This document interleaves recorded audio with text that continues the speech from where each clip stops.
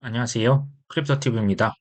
이번 시간에는 과거 70여 년간 미국의 대통령 선거가 있었던 해 최고의 수익률을 냈던 달이 있었다고 합니다. 자, 이때가 언제였는지 영상에서 한번 말씀을 드려볼까 합니다. 썸네일에서 봤던 채권 왕 건들락이라고 했던 지금도 현역으로 뛰고 있습니다. 자, 이분이 뭐라고 했냐? 올해 경기 침체 확률이 75%다. 특히 S&P 500, 그러니까 미국의 주식 투자가 위험하다. 이렇게 지금 경고를 하고 나섰습니다. 작년 12월 15일부터 건들락은 미국 국채, 그러니까 10년물 금리가 내년, 그러니까 올해 3%대로 하락할 것이다. 자, 지금 채권 금리가 하락한다는 것은 채권의 가격이 올라갈 것이다 라는 걸 의미합니다. 자, 이렇게 얘기를 했는데요. 올해 이제 금리 인하 앞두고 있습니다. 지금 연준에서 뭐 시점이 문제지 금리 인하 하겠죠. 자, 근데 금리가 인하되면 보통은 그 미 국채 금리도 같이 인하되는 경향이 있습니다. 이게 사실 연동이 돼 있거든요. 자, 국채의 금리가 인하된다. 이 얘기는 국채의 가격이 상승한다라는 얘기가 됩니다. 자, 국채 가격이 앞으로 상승할 것이다. 사실상 이제 국채를 사라는 얘기가 됩니다. 반면 S&P 500 지수는 이미 제가 그 기사를 좀 요약을 한 겁니다. S&P 500 지수, 미국 주식은 이미 더블탑을 찍었기 때문에 더 이상 상승은 어려울 수 있겠다. 그 이제 과거에 보면 금리를 인하했을 때 이미 경제가 많이 망가져 있었기 때문에 연준에서 금리를 인하할 것이다. 자, 그때 순간적으로 또 경기 침체가 올 수가 있고 그때 이제 투자자들이 대응을 해 나갈 것이다. 이렇게 했는데요. 자, 투자자 대응이라고 하는 건 어떤 사람들은 패닉셀을 하겠죠. 뭐 경기가 침체되면 뭐 주식이 순간적으로 빠질 수 있죠. 누군가는 패닉셀을 하고 누군가는 바닥 매수를 하겠습니다. 그러니까 뭐 여러 가지 양상이 나타날 수 있다 이런 얘기고요. 자, 여기까지 제가 말씀을 드렸는데 이 주제는요. 사실 제가 말씀드리는 포인트는 이겁니다. 누가 얘기를 했습니까? 채권왕 건들락이죠. 그러면 이 건들락은 주식을 팔까요? 채권을 팔까요? 금을 팔까요? 당연히 채권을 팔겠죠. 지금도 현역으로 뛰는 걸로 제가 알고 있는데요. 말씀드리는 포인트는 이 누군가 어떤 뭐가 될 것이다, 뭐 경기 전망을 할 때 그 사람이 어떤 이해관계에 있는지를 파악해 보는 게 굉장히 중요합니다. 자, 오죽하면 별명이 채권 왕입니까? 평생 채권 투자로 해서 역대급 수익률, 그러니까 채권 킹입니다. 이 채권으로 큰 수익률을 거뒀고 지금도 현역으로 이렇게 뛰고 있지 않습니까? 근데 채권 외에 지금 주식을 사세요, 비트코인을 사세요, 할 리가 있을까요? 그럴 리가 없죠. 저번에 제가 말씀드렸던 피터 시프라고 하는 사람도 그냥 지난 한 40년, 50년간 금을 팔았던 사람인데 비트코인 사라고 하겠습니까? 당연히 비트코인 반대론자 될 수밖에 없습니다. 자, JP 모건, 블랙락의 회장이 나와서 뭐 이 비트코인, 이더리움 관련 뭐 혼란스러운 멘트를 연일 날려댑니다. 그들의 입을 보셔야 됩니까? 실제 행동만 보시면 될까요? 블랙락, JP모건 지금 뭐 하고 있습니까? 비트코인 ETF 나란히 손잡고 지금 팔고 있습니다. 행동만 보셔야 된다는 거 꼭 말씀을 드립니다. 1월 16일자 기사입니다. 미국의 주식 3월부터 대통령 선거 강세 랠리가 시작된다. 매수 타이밍을 봐야 할 것이다. 이거 이제 누가 얘기했나 봤더니 펀드 스트랩이라고 하는 미국의 금융 리서치 기관입니다. 근데 여기에서 뭐 제가 이제 가격 예측은 뒤쪽에서 말씀드릴 거고요. 기본적인 생리가 이렇습니다. 월가의 금융기관들, 언론들, 뭐 지금 이런 펀드 스트랩 같은 조사 기관은요.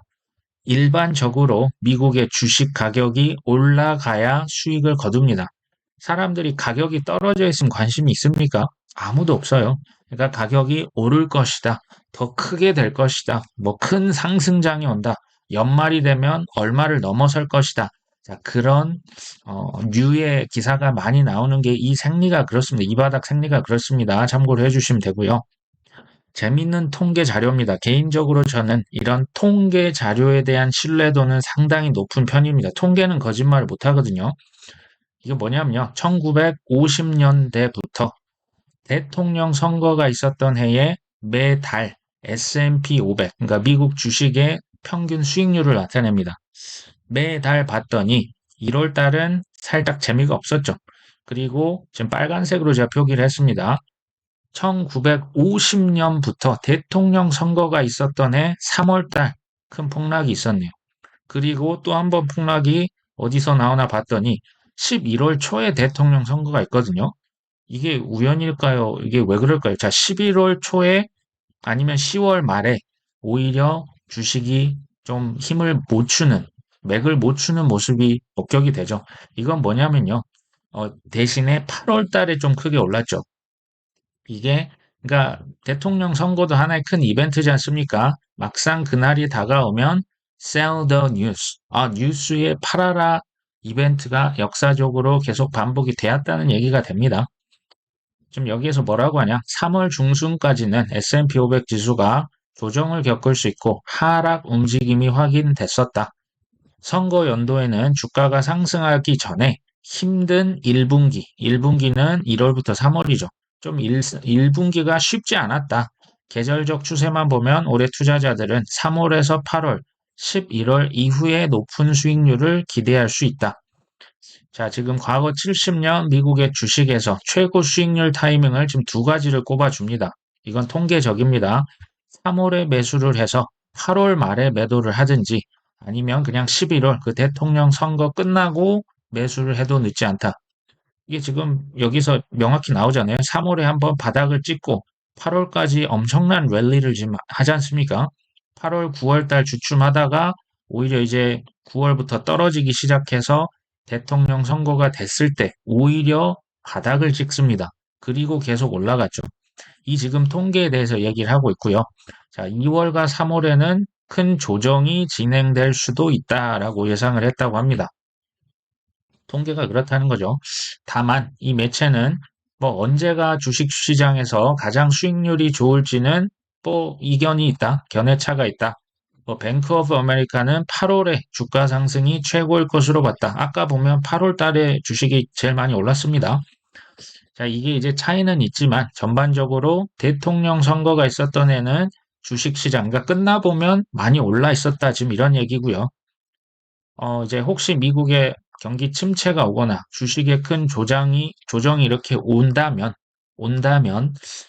기관이라고 해서 그거를 팔지 않고 존버를 할 것이냐?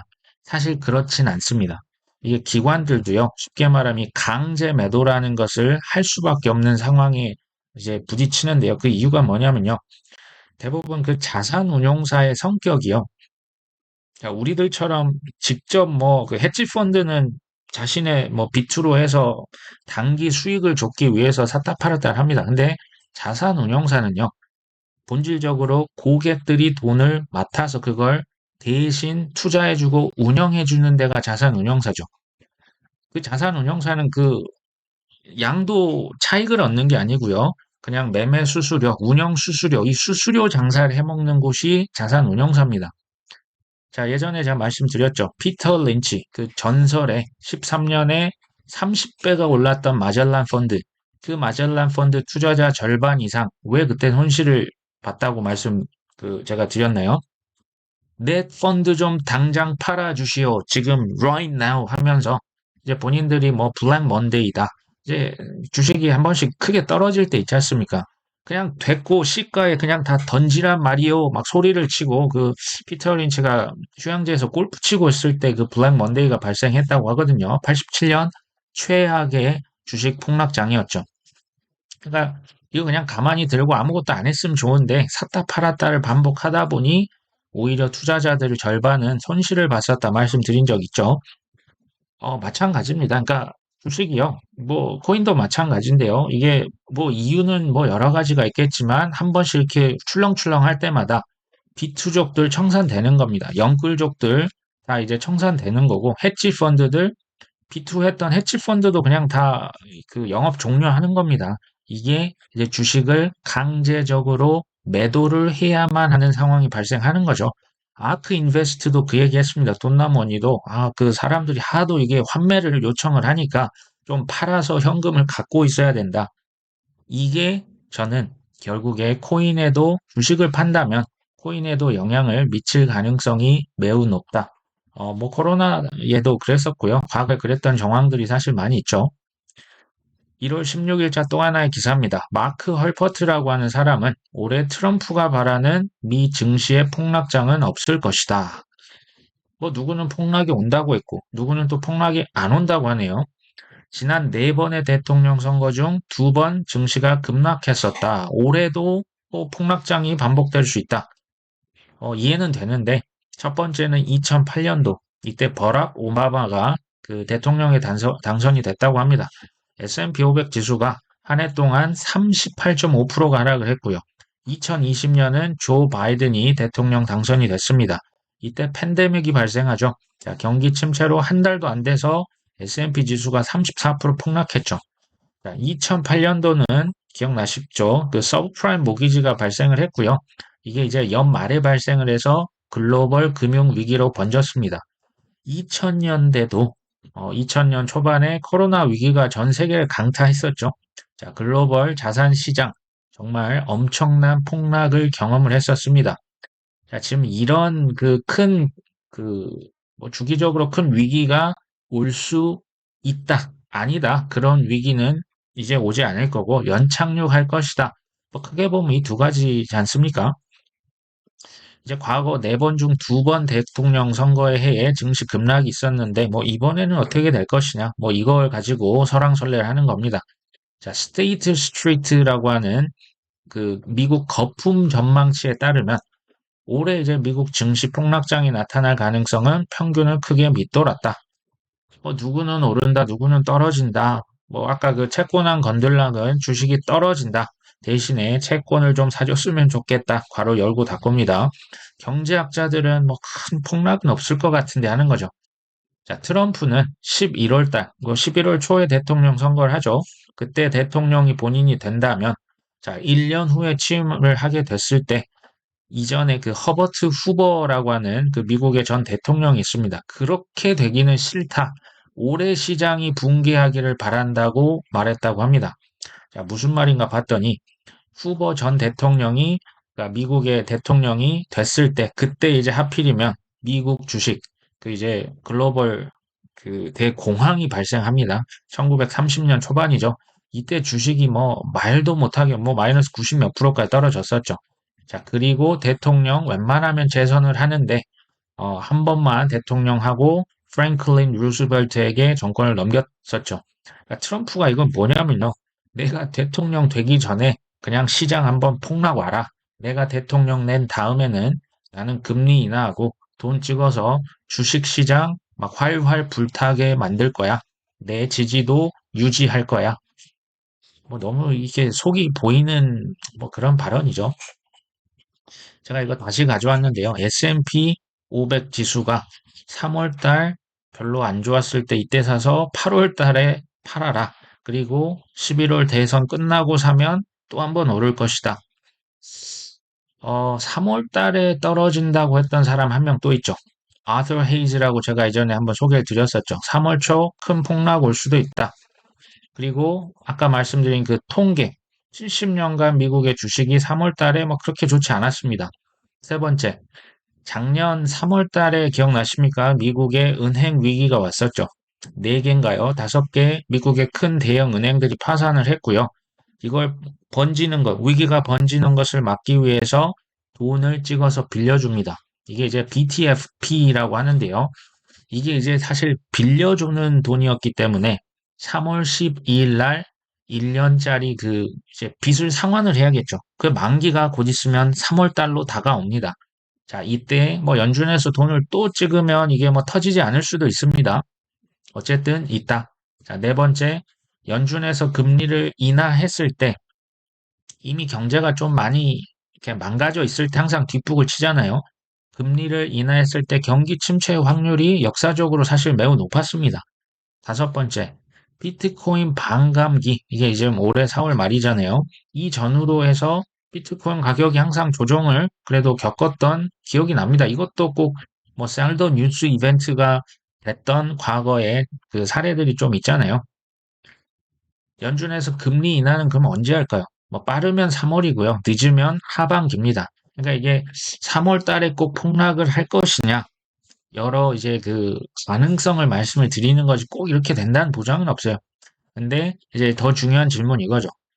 3월이건 4월이건 생각보다 큰 조정이 온다면 어떻게 대응을 해야 할 거냐? 사실 이게 더 중요하겠죠. 크게 보면 이겁니다. 이제 상반기, 올해 상반기에 코인 큰 조정이 올 것이다. 아니다. 뭐 큰 뭐 마이너스 30% 40% 비트코인 얘기입니다. 알트코인은 마이너스 뭐 50% 60%의 조정은 이제는 없을 것이다. 뭐 미래를 알면 좋겠지만 저희가 알 수는 없죠. 개인적으로 저는 생각보다 큰 조정이 올 수 있는 확률을 한 70% 정도 보고 있습니다. 근데 1월 달, 지금 2월 달, 지금 극심한 단기 폭등이 만약에 발생을 한다면 저는 뭐 대략 들고 있는 코인, 특히 제가 뭐 좀 낮았을 때 샀던 코인들 있잖아요. 한 5%, 뭐 많으면 10% 익절을 해서 하락장을 저는 대비할 생각을 갖고 있습니다. 꼭 그렇게 한다가 아니고요. 크게 오르면 조금 팔아서 현금을 확보할 생각을 하고 있는데요. 자, 이것을 말씀드리면 어떤 구독자분들은 언제는 사놓고 아무것도 하지 말라고 해놓고 왜 지금 와서는 또 일부 익절을 하라고 하냐? 사실요, 이건 뭐 제가 뭐 이랬다 저랬다 말씀드리는 건 다 본인이 사실은 선택을 하셔야 되는 부분이죠. 그리고 이제, 그러니까 투자 성향이요. 사람마다 다 다르시고, 재정 그 상태도 다 다르시잖아요. 이게요, 본인에게 맞는 걸 본인이 선택하시는 겁니다. 자, 익절을 해서 현금을 갖고 하락장에 매수를 하겠다. 근데 하락장에 또 바닥을 잘 잡습니까? 사도 결국 또 떨어집니다. 자, 두 번째. 매수하고 그냥 아무것도 안 하고 존버하는 게 더 낫겠다. 사실 그 익절해서 현금을 가져가려고 하는 게요. 이제 불안하신 분들이 뭐 이렇게 하면 좋겠다는데 이게 이제 또 쉽진 않아요. 막상 팔아버렸는데 더 오르면 그냥 그거 포기해야 되는 겁니다. 이 두 가지를 한번 비교를 해보고 한 5%, 10% 정도 현금이 있으면 내가 마음이 편하다. 그래도 하겠다. 아니다. 난 그냥 아무것도 안 하겠다. 철저한 본인의 선택의 영역입니다. 사실 이걸 뭐 다른 사람에게 이렇게 뭐 물어본다? 글쎄요, 저는 그렇게 투자는 하지는 않는 게 맞다고 보고 있거든요.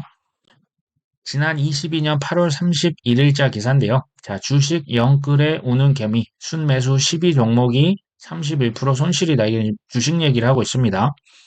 서울에 거주하는 박모 씨가 하반기, 그러니까 22년도 8월 달에 사실 뭐 주식이 계속 떨어졌었잖아요. 22년 내내 좋진 않았는데 이게 이제 떨어지기 시작하니까 저점 매수의 기회로 보고 샀습니다. 자, 주가 상승을 확신했다고 하고요. 현금 2천만 원에 신용융자 비투로 2천만 원을 해서 샀습니다. 자, 하지만 주가는 계속 더 떨어졌고 월급으로 지금 이자를 납입하면서 만기를 연장했다가 결국에 강제 청산을 당했죠. 뭐가 잘못됐을까요? 자, 첫 번째 교훈이죠. 최악을 염두에 두지 않았습니다. 제가 이거 괄호 열고 지금 아집과 탐욕이라고 적었는데요. 최악을 생각하지 않았다라는 것은 사실 동의어가 뭡니까? 지금 주가 상승을 확신했다고 했지 않습니까? 이게 이제 사실은 그 수수료, 수업료를 낸다. 뭐 이렇게 표현을 제가 했잖아요. 본인의 고집이 워낙 세기 때문에 남이 뭐라고 하는 것이 들리지 않는 거죠. 이게 결국은 탐욕입니다. 자, 두 번째 교훈. 저는 신용융자가 2억 원인 줄 알았거든요. 2천만 원이랍니다. 빚 2천도 갚을 수 없었던 분이 2천을 빌려가지고 비출하면 되겠습니까? 그러니까 뭐 백보 양보해서 빚을 가지고 특히 뭐 부동산 많이 하시잖아요. 근데 그 이자에 대한 그 감당도 안 되면서 그렇게 하면 안 되죠. 그러니까 이빚 2천조차 갚을 능력이 없었던 분이 너무 크게 들어갔다. 사실 부동산도 이게 문제가 되거든요. 종잣돈 5천만 원, 이게 연령에 따라 다릅니다. 근데 뭐 대략 뭐 5천만 원, 뭐 이제 좀 연세가 있으신 분 1억을 모으지 못하고 그걸로 투자를 한다? 저는 성공 투자 쉽지 않다고 봅니다. 빚으로 하는 게 아니고요. 본인이 수고하고 땀 흘려서 번 돈으로 그것도 수업료 치러 가면서 하는 게 투자입니다. 이게 쉽다면 이렇게 이제 빚으로 사서 글쎄요. 저는 이 방식은 아닌 것 같습니다. 자, 어찌됐건 22년도 개인들이 순매수했던 상위 10개 종목과 주식 수익률. 제일 많이 샀던 주식 삼성전자 마이너스 25%, 네이버 마이너스 37%, 35%, 23%, 28%, 30%, 심지어 카카오뱅크는 마이너스 53.7%죠. 개인 투자자 중에서 주가 반등을 확신하고 B2에 나선 경우도 많았다. 기관 투자자는 금리가 높은 신용융자 거래를 하지 않는다. 신용융자 거래 대부분은 누가 했다? 개인 투자자가 했다. 특히 개미는 주가가 하락할 때 이를 저점 매수의 기회로 보고 신용거래에 뛰어드는 패턴을 보였다. 지금 패턴이 나옵니다. 자, 올해 개미 순매수 종목 중 가장 큰 손실을 낸 카카오뱅크는 주가가 하락할 때 신용융자 잔고가 급격히 증가했다. 신저점을 기록했을 때 카카오 B2가요. 이게 하루 만에 2배가 됩니다. 한 달 만이 아니고요. 하루 만에 2배가 됐답니다. 어째서 이런 일이 발생을 할까요? 오죽하면 BBC라고 하는 언론사에서 영끌 B2 한국 청년들은 어쩌다 연봉 3배의 빚을 지게 됐을까? 이게 작년 2월 28일자 기사입니다. 실은 좀 그 아픈 우리의 그 모습이죠. 사회의 어떤 모습인데요. 작년 10월 10일 기사는요. B2 연끌로 1년 새 국민 빚이 476조 원. 자, 이 중에서 청년 부채만 134조 원이라고 하네요. 빅글과 영투로, 영끌과 비투로 2030 결국 130조 빚더미 눈물 뭐 이런 기사도 나왔었죠. 특히 보니까 주식에서 제일 큰 빚이 나왔고요. 그 다음이 부동산이었다고 합니다. 뭐 22년도, 23년도 사실 지금까지도 경매, 특히 부동산 그 경매로 이렇게 집들이 나오고 있는 사연 있는 집들이 지금까지도 있습니다. 지금 경매 시장 매우 지금 안 좋은 걸로 압니다. 저는 사실 뭐 지금부터는 집 사기에 매우 좋은 또 기회가 되지 않나라는 생각이 듭니다.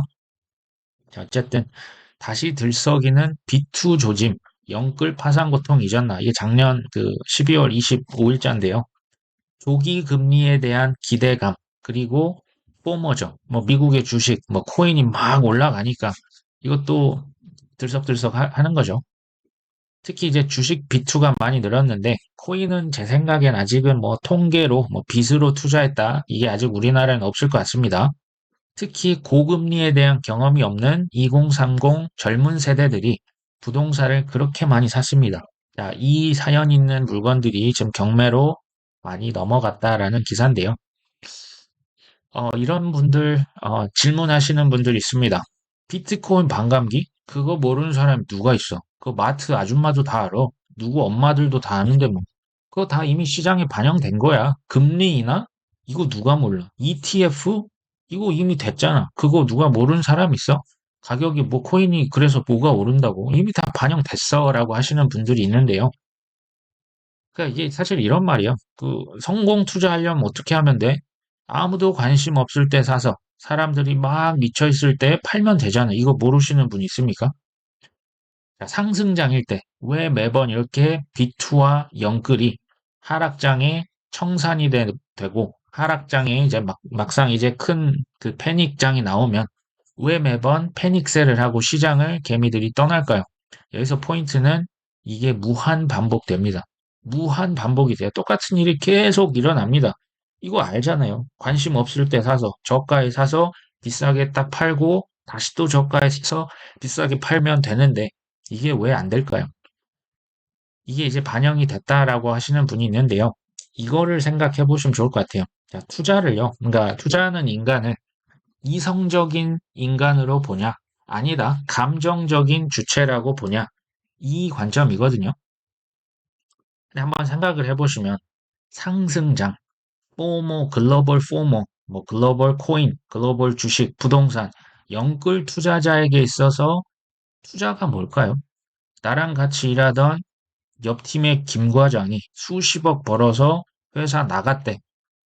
지금 뭐 옆에 누가 부동산 땡땡 아파트 사는데 뭐 1년 만에 2배가 넘게 뭐 몇십억이 올랐대.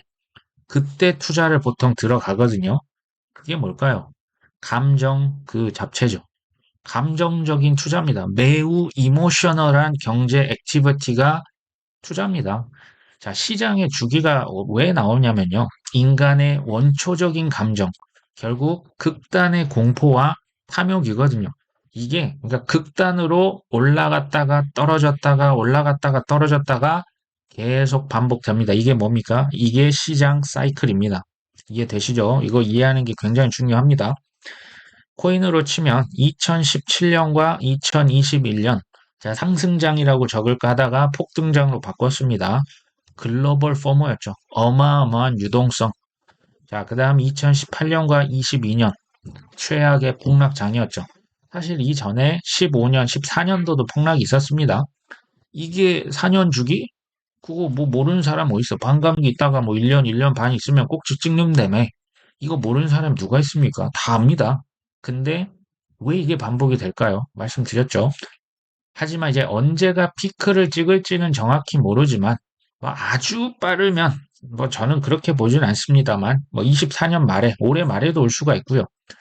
이게 아주 늦어지면 26년 초까지도 갈 수는 있습니다. 뭐 대략 25년 어느 매쯤이 되지 않을까 보는데요. 예측 아닌 예측을 합니다. 이번에도 비이성적인 대폭등장이 나올 것이고요. 개인적으로는 이번이 전 마지막일 수 있다고 봅니다. 자, 왜 마지막일 수 그 말씀 제가 여러 번 드렸죠. 그러니까 코인이요. 뭐 ETF 되고 법이 나오고 세금이 나오고 글로벌 뭐 공조 체제 표준 스탠다드 다 나오면요. 그때 상승폭은 제약이 된다니까요. 주식처럼 돼요. 오늘 제가 뭐 어떤 기사 뭐 아시아나 주식이 6% 올랐는데요. 주가가 날았답니다. 6% 오르면 주가가 날았습니까? 저는 이거 보고 좀 웃었는데요. 코인도, 비트코인도, 이더리움도, 우리가 뭐 투자하고 있는 솔라나도 6% 오르면 날았다라는 시기가 온다니까요. 그래서 제가 이번을 마지막 인생 수익률이 될 수 있다고 말씀드립니다. 자, 두 번째. 폭등장이라고 하는 거, 뭐 25년 어느 해쯤 올 텐데, 짧으면 1, 2주 만에 끝나고요. 길어도 한 달 내 끝납니다. 자, 이게 무슨 얘기인지 제가 말씀드릴게요. 자, 샌드박스 제가 그냥 차트를 가져왔습니다. 이게 주봉입니다.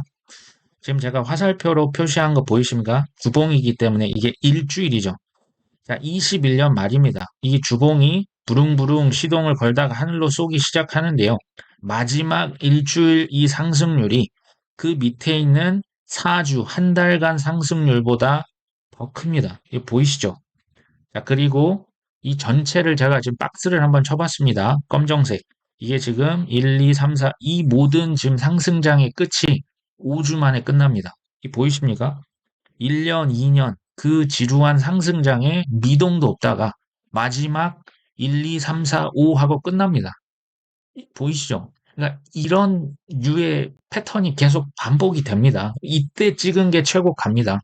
문제는 뭡니까? 이때 대다수가 비투로, 영끌로, 포모에서 들어가는 거죠. 이게 문제죠. 그리고 이게 25년 반복 안 될까요? 장담합니다. 이 비슷한 사건이 또 한 번 발생할 겁니다. 문제는 이때 비투 영끌에서 다 들어왔는데 뭐 옆에 누구 엄마 뭐 어떤 할머니 그러니까 관심이 없는 일반인들이 들어와서 사서 뭐 얼마를 벌었대 누구 옆집도 벌었대 그때 들어왔는데 그때부터 떨어지기 시작하죠. 떨어질 때도요. 오를 때는 이렇게 급등하잖아요. 떨어질 때는 절대 급락하지 않아요. 시간을 두고 1년에서 2년을 두고 페이크를 주면서 천천히 떨어집니다. 그러니까 물을 타는 거죠. 자, 이때는 물을 타면 안 됩니다. 그러니까 이게 이제 하락장에선 그래서 sell the rally라는 표현이 있는 건데요. 어떤 구독자분들이 뭐 탈출하실 때 꼭 얘기 좀 해주세요라고 얘기를 뭐 했던 댓글 제가 봤던 기억이 납니다. 그렇게 제가 할 건데요. 아셔야 될 게 있어요. 그 상승장의 시기를 제가 맞출 수 있을까요? 뭐, 그, 억만장자 투자자들도 이거 뭐 경기 침체 온다 해놓고 지금 몇 년째 안 오고 있습니다. 저도 모르기 때문에 그래서 분할 매도를 할 뿐입니다. 그냥 뭐 여러 가지 지표 보고, 인간 지표 보고요. 적당히 지금부터 됐다 싶으면 분할 매도를 할 뿐이지 콕 집어서 못 맞춥니다. 자, 상승장에 그리고 절정에서 제가 퇴각하라라고 말씀을 드렸을 때 제가 장담합니다. 이 소리가 약간 좀 크레이지한 느낌이 있을 거예요. 지금 퇴각하라고? 이걸 제가 이제 사이클을 세 번을 겪으면서 제가 이걸 뼈저리게 느꼈거든요. 그 특히 이제 코빗의 그 파운더께서 회사를 뭐 넥슨이라고 하는 그 주식을 많이 팔았거든요. 그때 제가 이해를 못했어요. 2017년 9월 달에 지분을 거의 대부분 이렇게 파셨을 때 왜 저렇게 하는 거지? 지금부터 시작인데 라고 했거든요. 똑같은 일이 반복될 가능성 매우 높습니다. 세 번째, 생각보다 상승이요. 이게 오래 갈 수 있어요. 무슨 얘기냐? 제가 지금부터 저는 팝니다라고 말씀을 드렸는데 분할 매도, 다 분할 매도 했습니다. 근데도 더 오를 수 있다는 얘기예요. 뭐 그때는 그러면 뭐 크립토 TV 당신이 팔라고 했잖아요. 할 겁니까? 저도 이거 몰라요. 그러니까 이게 쉽지 않다는 얘기를 제가 드리는 겁니다. 상승장 시기 맞출 수도 없고 그냥 이만하면 됐다라고 하는 목표가 그래서 분명하게 있으셔야 된다고 말씀을 드리죠. 하지만 절정기에 분할로 뭐 어떻게 해서든 팔지 않는다면 또 엄청난 수수료 대가를 치르셔야 됩니다. 또 한 번 죽음의 공포를 맛봐야 할 겁니다. 적당히, 그러니까 내가 눈에서, 뭐 예를 듭니다. 내 통장 잔고 10억이 딱 찍었는데, 다음날 일어났더니 8억입니다. 그때 팔 수 있습니까? 다음날 일어났더니 9억입니다. 그러면, 더 오르겠네? 그래서 또 못 팔아요. 그 다음날 일어났더니 7억이네요. 6억이네요. 5억이네요. 더 못 파는 거죠. 이게 이제 계속 반복이 된다니까요. 탐욕을 절제하지 않으면 절대 못 빠져나갑니다. 크립토 TV도 하나의 지표에 불과하다라는 말씀을 꼭 드리고요. 투자는요, 고독하고 처절한 오직 나와의 싸움입니다. 이게 누구를 비판하고 하지 마세요. 뭐, JP 모건 회장이 어쨌다, 뭐, SEC 계획, 그냥 그 사람은 돈 받고 본인 그냥 할 일을 할 뿐입니다. 이게 나와의 싸움인 거죠. 성투보다 사실은 더 어려운 건요. 내가 쌓았던 부를 유지하는 것이거든요. 이것은 아직 뭐 우리 같은 일반인들은 모르지만 제가 책을 보고 공부를 해봤더니 이게 맞아요. 부를 유지하는 게 사실 더 어렵습니다.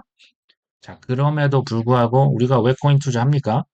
앞으로 이런 수익률이 없습니다. 코인이 아니고 뭐 2년 후에 뭐 최소 10배, 20배, 심지어 50배, 100배 갈 수 있는 투자 대상이 코인 말고 있으십니까? 제가 볼 땐 없거든요.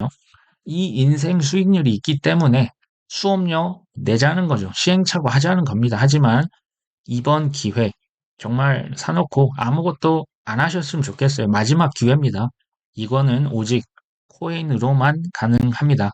자, 오늘 방송 여기까지 합니다. 끝까지 시청해 주셔서 감사합니다.